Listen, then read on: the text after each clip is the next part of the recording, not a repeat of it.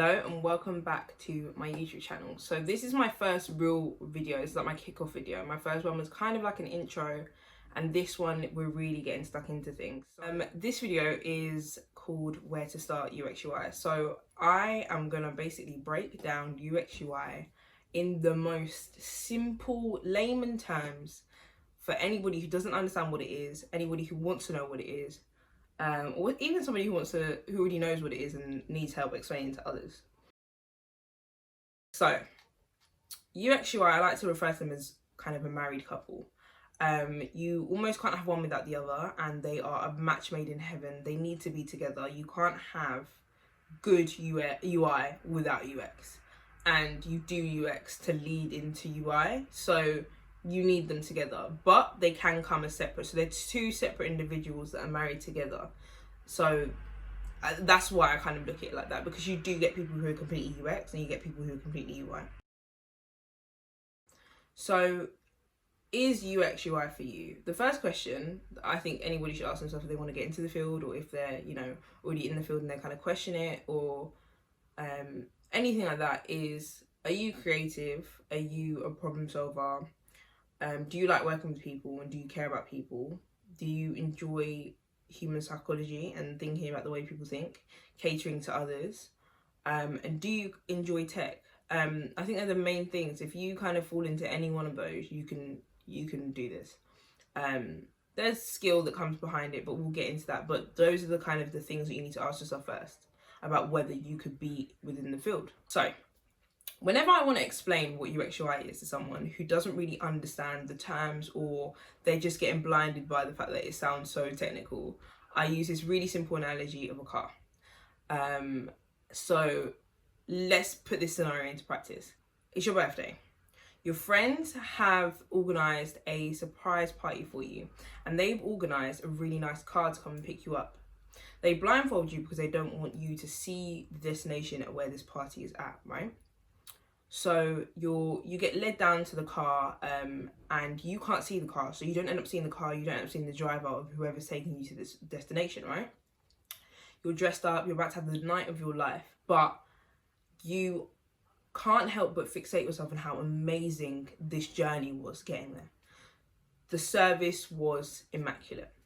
The driver opens the door for you and gently leads you into the back seat to make sure that you don't trip, or you don't hit your head because you've got this blindfold on, right? The driver has already adjusted the aircon. It's a hot summer's day. It's really, really hot. And he has made sure that you're at the perfect temperature. He hasn't rolled the windows down because he doesn't want any kind of wind to blow into your hair or anything like that. So he's made sure that it's a perfect temperature for you, adjusted everything for you. Your seat is perfectly reclined. Everything's perfect. You have your favourite songs playing. It's your favourite playlist. Your favourite Spotify playlist has been sent to you by your friends because they want you to have, this kind of hype journey on the way to this party. You got your turn up playlist, right? You are on your way to this destination, and every single speed bump that you come across, you can hardly feel it. You're reclining in this backseat. You're having the best time of your life. You don't feel a single bump, right? Not a single kind of mishap on this journey. Every single red light that he comes to with just the perfect ease. There's no kind of, point where your body is thrown forward. So you're having the best time on this drive. You're like, how can this night get any better? This drive is amazing, right? You don't even know what car you're in, but this night is just, it's started off amazing. All because this journey is amazing. To get you from A to B, this journey for you, the user, was so smooth and so immaculate that you are already in the best mood, right? That is UX, and that is how I would describe UX. The perfect journey taking you from A to B to complete whatever you need to do. Completing the mission was arriving at the party. You have safely arrived at the party, but the journey from getting you from your house to the party was amazing. There's not one single complaint. Now the party's done, you had the night of your life. You've never, ever partied like the way you partied on that night. They have a second surprise for you, and they need to lead you again from destination B now to destination C. This time you aren't blindfolded because there's no surprise anymore. You've got the same driver and it's the same car. So they you know, your friends make sure that you get into the car and they wave you goodbye and will meet you at the next destination, right? This time you're stunned. You have never rid in a Rolls Royce before. It is a Wraith with stars in the roof. So before you even got in, you're like, oh my God, it's a Rolls Royce. Like, this is amazing. I love Rolls Royces. I've always said that, you know, it's my dream car one day when I get all this money and I work really, really hard. That's your dream car. And it's like blacked out, red interior, and they know that you love blacked out, red interior cars, right? Your friends. So they made sure they got the perfect car for you. They know your aesthetic. They know what you like. You know, they know you're a little bit bougie with it, right? And then you get into the back seat this time. You know, doors open for you, but you just ease yourself into this back seat. There is a glass of champagne in the middle. Obviously, you didn't see this last time because you were blindfolded. But now, you know, you had a couple of drinks at the party, but now you can, you know, you could do with one more glass. So you're there and you pop that open. The interior is immaculate. This crisp, fresh leather. You know that this is a fresh car straight out of the dealership, right? The leather is immaculate, pristine condition. The car is so squeaky clean. You know, there's tints so people can't see you, but you can see out, and you just look at the stars in the roof and you're just admiring the beauty of this car. Your driver is dressed to the nines. Like, he's got this really cool hat. He's got an amazing, beautiful suit. Like, you're trying to figure out, is it Tom Ford or, you know, what is it? He's dressed amazingly. Everything about this car is beautiful. Everything about this car fits the aesthetic that you enjoy. It fits everything that you like. Nothing is too bright. There's no bright lights in there. Nothing is, you know, too hard to visualize. It's not overpowering or overbearing for you, but it's just the right amount of classic beauty that you get with a Rolls Royce. That is your UI. You know, your B2C now, your B2C journey, but you're focused on the look of the journey, because before, in your first A to B journey, you couldn't see what this car looks like. You were just focused on what it feels like, right? And how easy it is to kind of, you know, how easy this journey is going. This time, this is all about the aesthetic and what things look like, and that is your UI, your interface. So, separating the two and kind of expanding on both analogies. UX is your experience. How was your experience using whatever you're using? So let's take your everyday social media apps. What is your experience using Instagram with the algorithm now? How, you know, what is the experience of using Twitter when, you know, you've got the way your timeline refreshes, and the fact that the tweet button is in, you know, your most people are right-handed. Your tweet button is in the right-hand corner. So if you were to use a decent-sized phone, you could literally tap tweet with your thumb and you don't need to use another hand. So all these little kind of tweaks, that's the kind of like the experience. How can we make it as easy as possible for users to do what we need them to do? So for example, on Twitter, it's tweet. How can we make things as easy as possible for you to do what you need to do and get where you need to go? You come on the Instagram platform to see what other people are doing, look at pictures, like them, interact with them, scroll through your feed and post your own pictures. How easy is it to post your own pictures, to look through your feed, to do all these different things and watch stories and engage with people? How easy is it to DM people and only see messages from people that you want? Those types, that is your kind of your experience. Your UI is purely the pretty thing. Are we going to round buttons off? Are we going to make things blue? Are we going to make things black? You know, what does your dark mode look like? What does your light mode look like? That is your user interface. So question number one, what kind of person are you? Are you someone who is probably a little bit more analytical? Do you not really have that much design kind of knowledge? Is that not really your forte? Do you not really enjoy picking colors, or you're not really a designer? That's not really your thing. That doesn't really get you going.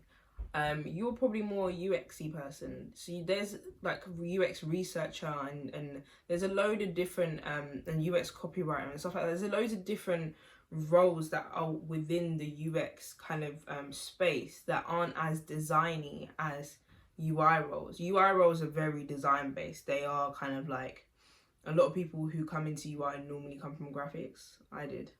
And I'm more UI, so I'm kind of weighted, and you will hear the terminology of weight, like what's your weighting. I feel like some days I feel like I'm 70% UI, 30% UX. That's because what I do right now is mainly UI. But I think generally I'm 60-40 UI, UX. But yeah, we all kind of have like our percentages when you're as a UX UI designer of what you do the most, because you need some kind of UX brain to do UI. So you won't be able to be a UI designer, I feel like, without having a little bit of UX to understand UX. Even if someone else is doing the UX job for you, to kind of liaise with them, to talk with them, to do the job, you need to understand UX. And to execute projects on your own, you need to understand UX. But you can stop there before the design if you stay within the UX realm. The only thing you really need to design is wireframes that aren't focused on the color and this and that. It's more kind of about blocking out space and looking at the hierarchy of information and what kind of person are you and who are you in terms of design and in terms of kind of more information. If you're more information heavy, I feel like you're UX. You need to kind of figure out, you know, where you lean to a little bit more, and you will understand that more when you experiment. But I think it's good to understand who you are, to understand what kind of lane you should focus on a little bit more, or where you're probably going to lean into. Number 2 would literally be to familiarize yourself with software. I feel like I'm a very big advocate of jumping in the deep end and just getting stuck in.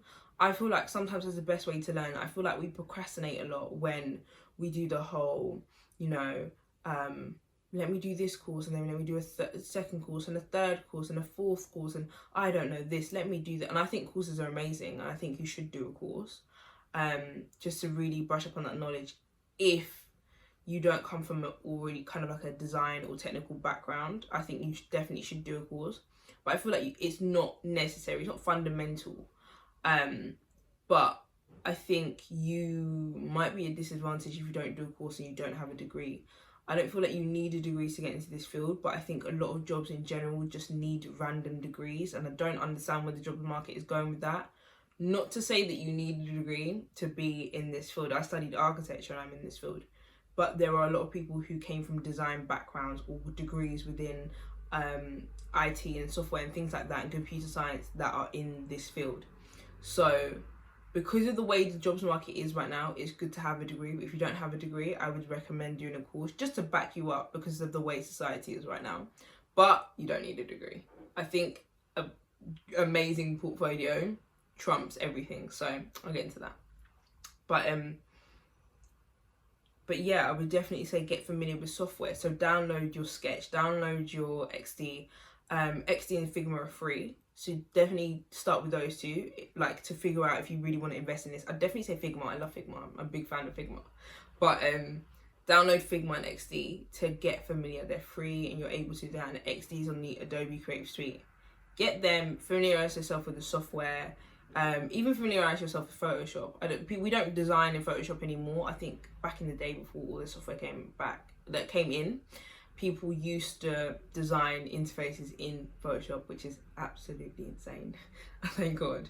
I've done it before. I've had to do it for a certain brand that I worked with as their lead UXUI, but I don't like doing that. I did everything in different software and then exported into Photoshop, which was a whole different scenario, and that was very, very headachy. But in this day and age where we have so many kind of different design softwares available, then yeah. So familiarize yourself with software. If you're going to be a UXer, you're probably going to be in Azure, Balsamic, and like one of the design ones. If you're a designer, you're going to want to play with Sketch, you're going to want to play with Figma, you're going to want to play with InVision, you're going to want to play with XD. You want to get familiar with your software. You want to understand how to draw a basic rectangle. You want to understand how to just do the basics and get shapes on a page and start building the building blocks of an interface. Everything that you see on, you know, your, I don't know, your Instagram feed, like the circles at the top with the stories, that was drawn with using a circle and then doing a circle around it, but the circle in the middle where your display picture is a mask and the one outside is just an outline and like it's just a stroke. So there's like loads of different things you just want to play with and understand how to do basic things, like even just the plus sign. Like that might be something where someone's made an actual icon. Most of the time if someone's made an icon, you make like a set of icons in I would use Illustrator, I don't know what other people use, but I would use Illustrator, and I think generally people would use Illustrator to make an icon. But you'd make a set of icons in Illustrator, and then you'd export them in as SVGs or something and like scale them. But some people would do the plus or like an icon in the software. So familiarize yourself, play with stuff, understand what you're doing, and really kind of copy things. I think the best way to learn is to copy design that's already out there, or make design that's already out there better. That's the way I learned. That's the way I kind of did things for myself, and I set myself challenges, and I wanted to experiment, and I wanted to kind of really get stuck in. I was already a designer, so it wasn't weird. Like, interface wasn't weird. It wasn't weird or hard to understand. But if you're completely removed from that world, it would be really good to even just jump in with Photoshop and Illustrator to understand design, you know, software in general, because you will probably need to use them. I think you will definitely need to use them, but yeah, definitely start with your XD and Figma and Sketch. I think Sketch when you're ready to pay, Figma and XD when you want something free and you're just trying to test it out. Number 3. So the best way to become a UX UI designer is to design. It's simple. It's as simple as doing it. So the only way that you can improve on your design skills is by designing. You have to not be afraid. I did a daily challenge and I got to like day 60 something where I designed every single day for 60 days. I think it was day 62 I stopped at. But things like that where you need to actually be proactive and do and design and not live, eat, sleep, breathe, but put your 10,000 hours in. Really put the work in and really push yourself and really try to grasp design. Read books if you need to. And you will need to. I think it's good to read books, and I'll put a reading list as well. There's going to be a whole helpful doc which I was inspired by Amina. Amina's amazing. I'm going to put her channel as well. If you want to learn how to code, go and check her channel out. But she made this really amazing doc full of just like just really resourceful things for someone who needs to learn how to code. So I was inspired by that and her doc, which I will link below as well. So I'll link her channel, I'll link the doc, and I'll link my doc. So I just made a document full of like a reading list, really good courses, all the software and everything that you kind of need to jump into UXUI. YouTube channels, and hopefully, you know, God willing, my channel becomes one of those where you can come here and you can learn, especially when I do the design with me. It's because I want to redesign stuff with you guys and show you what it's like in screen share so you can understand the logic and why I'm doing things start to finish. I want to do the UX and speed run through it, and do the UI and speed run through it. So we'll get there, but this isn't about me. Yeah, definitely design, get stuck in, play with things, recreate things, kind of just play with and Google and play with the mask. And I used to do these things where I was like, how to, and especially when I was a graphic designer, and After Effects was my one thing. Like, it took me ages to master After Effects, which is completely different, but this is the example of how I got familiar with the software. I would search how to create a mask this, or mask layer or something, anything I needed to do, how to make text pop up one after the other, and I would just YouTube small little things that would build up to make a bigger picture. So if you don't know how to make a mask layer because you want to create, again, like that Instagram circle, for example, where you've got the stories at the top, how they did that was they had a circle. Let's say that circle is, let's just do a random number. Let's say that circle is 5 pixels large. It's not, but let's say it's 5 pixels, right? 5 pixels radius, okay? And you wanted to put an image in there. To put your profile picture in there, they would do a mask layer. So find out how to do a mask layer. You would YouTube how to create a mask layer in XD or Sketch or Figma or whatever you're using, right? And then you would draw your second circle, and then you would do your second circle with a radius of maybe 8 pixels, because you need that little gap in between. And then you would figure out how to make that kind of the circle have the gradient effect, how to make a circle with a stroke, how to make a stroke on a circle have a gradient effect. Search that, and I would search everything that I needed to learn, anything that I wanted to understand whilst recreating interfaces or whilst designing my own interfaces, and that's how I would pick up the skills and learn different bits and bobs. So it would be random people. That's why, like, when people ask me how did I teach myself, it was random people. There's a collective of people that I owe thanks to, because I would just search what I needed to know in that moment, do it, get it done, and just keep going with that and keep on practicing it. And if it's something that didn't stick in my head, I'd keep going until I know how to do it on my own, to the point where I could explain it to someone else. The last thing is portfolio. So right now I work at an agency and I have my own. It is really hard because sometimes you're working on projects for 8 months and you can't wait. You can't show the world that it's out until it's out, and it might launch a year later. There's loads and loads of Medium posts about really good portfolios and what makes a good portfolio, and I love Medium for UXUI stuff. Like, it's really, really good for UXUI articles, content, good portfolios, like everything is amazing. That, like, they list what makes a good portfolio and different UXUI designers contribute, and it's just sick. I love it. Like, I just love Medium because it gives you such amazing tips on what to do to get to, you know, a certain level, or, you know, have a really good portfolio or get a job. Portfolio is a big one. And I think portfolio is so important because it's how you're going to get your job. It's how you are going to make your entrance into the design world, because you need to show off what you do. It's basically your CV. You can have a CV, but if your portfolio is amazing and you can prove that you can do the work and you've got a proven track record of being able to execute, you're going to get a job. I think interning is great, but I don't agree with interning sometimes because they don't pay, and I think everybody should be paid for the work that they're doing. I don't think that's fair. Freelancing is great if you're at uni, or if you're at sixth form or college, or whatever point you're at in your life, or you're still at school. Working for people for really, really low amounts of money is actually a really good way to build a portfolio. I did that in the beginning. I worked for free in the beginning. I worked for really, really low amounts of money because it allowed me to execute things for people. People wanted certain services, couldn't really fork out the money, and I also couldn't prove to people that I was as amazing as I was. But I needed jobs, I needed live projects, I needed stuff in my portfolio. So I would, you know, offer my services for a really cheap amount. And people needed my services, so I would execute, and then I would have stuff in my portfolio. So that was one thing. The only thing is, if you're not good at communicating with people and you don't have good business acumen, freelancing might not be for you. So just assess what's for you.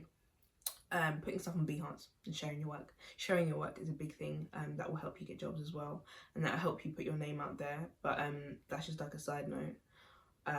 Especially if you're like trying to get jobs and you want to freelance. Twitter was big for me. That's why I have a following on Twitter. You know, Instagram, I have a completely different Instagram for my design. Behance, which I don't use, which I should use, and we will use as Clamp as an agency. And even at work, we're starting to use Behance and put all the amazing projects that we do at work, because where I work has such an amazing, like, just list of work that they've done prior to me being there, and while me being here, and things that I worked on is like ridiculous. So we're going to showcase that on Behance. Dribble's really good just for inspo, I think, and just sharing your work is really, really good. But a portfolio is fundamental, and I think the more you get familiar with sharing your work and being able to, you know, not have a fear of sharing your work, I think the better. So I think sharing your work and then building a portfolio and being comfortable with sharing your work and getting your work out there, because I think designers, we have this, not a fear, but like sometimes we don't bother. We're like, oh, I need to update your portfolio, but I'll do it. Like, it's a lot of work to update your portfolio, to detail every single step of the process, or to really show off the best bits. It's really hard, but it's really worthwhile, and it's how you get your jobs. And you just need to get the work, and sometimes that's self-initiated projects. So, you know, seeing a problem or a redesign, seeing a problem and doing a case study on it. And that could be a problem with something that already exists. So, you know, you're a consumer and you hate a certain website and you're like, nah, let me improve this. That could be a case study. Or it could be, I always order, and I'm looking at flowers, so I'm gonna say flowers. I always order flowers, and I hate the way they come to me because they are never on time. The delivery man is terrible, and the website and the way they order them is so dated. You redesign the whole website and you do an app, and the delivery app shows you where your delivery is, and it shows you all these different things and all the little you know, niggly bits, the problems that you hate are solved by what you design. Because that's all we do. We're basically problem solvers. You need to have a portfolio of problems that you've solved. That's all, with design, strategy and thinking. So be innovative and make sure you have a portfolio. And I would just aim for 4 really solid pieces of work that you can show to the world and say, you know what, I know what I'm doing. And then after that, it would just be, you know, sort out your LinkedIn, make it look pretty, you know, get a good profile picture, you know, list all your experience, and then spruce up your CV, make it look cute, give it a little bit of personality, but not too much, like don't make it, give it a little bit of personality, and then, yeah, start applying for jobs and see what happens, and go for entry level at the beginning, and then, you know, what is your oyster? That is about everything that I would say on where to start with UXUI, but I would definitely say the big things are just immerse yourself in the world, join community, join Twitter, join anything, like whatever social media that you prefer, if it's Reddit, if it's Twitter, if it's this, if it's that, there's communities everywhere, especially on Behance, especially on Dribble, and really push yourself and really, really just get engrossed with it, read books, look at interfaces. Like, it's really weird, but as a designer you start looking at interfaces and critiquing them. So I can't use an app, or I can't, like, if an app makes a change, I'm like, what the hell is this, like, why did you do this, or da da da da, like always commenting on changes, because you just end up seeing things and you end up seeing problems within products and you're like, what, or I wouldn't do that, or and you end up wanting to change things. So it's really it's really fun. It's fun. Really fun. I find it really fun. I love it. I'm a nerd for it. So, but yeah, I think that's about everything. I hope this was helpful. I hope it didn't skim over points too much, but I think it's very kind of simple. It's a very long process, and it's not as simple as, oh my god, yes, I'm gonna know exactly what I'm doing tomorrow, I'm gonna do these 4 steps and in a week. No, it's gonna take a lot of time. It's gonna take months. It's gonna take a long time for you to be able to be really skilled within UX UI. Even to this day, I still feel like I'm still learning and still growing, but your fundamentals are literally understanding who you are, familiarizing yourself with software, actually designing, and then getting your portfolio, and then the world is your oyster. That's not a, you know, one night job, but it's something that over time you can establish and you can do, and once you're ready, you'll be able to, you know, jump into this world. But UXUI is amazing. It's an amazing world. I love it. I'm obsessed with it. And yeah, there's more to come. Like, comment, subscribe. My next video will be on burnout and taking breaks and the importance of doing so, because I'm a recovered workaholic, and that's why there was such a long gap between my intro video and this video. But it'll be really exciting for you guys to see that, and then we're gonna get into some more fun stuff, and then we're gonna bring it back to UXUI. So defo kind of want to do a shop with me, but I don't know if when I'm gonna do that. And then I'm gonna do design with me. So yeah, look out for that. But thank you so much for watching, and I'll see you soon.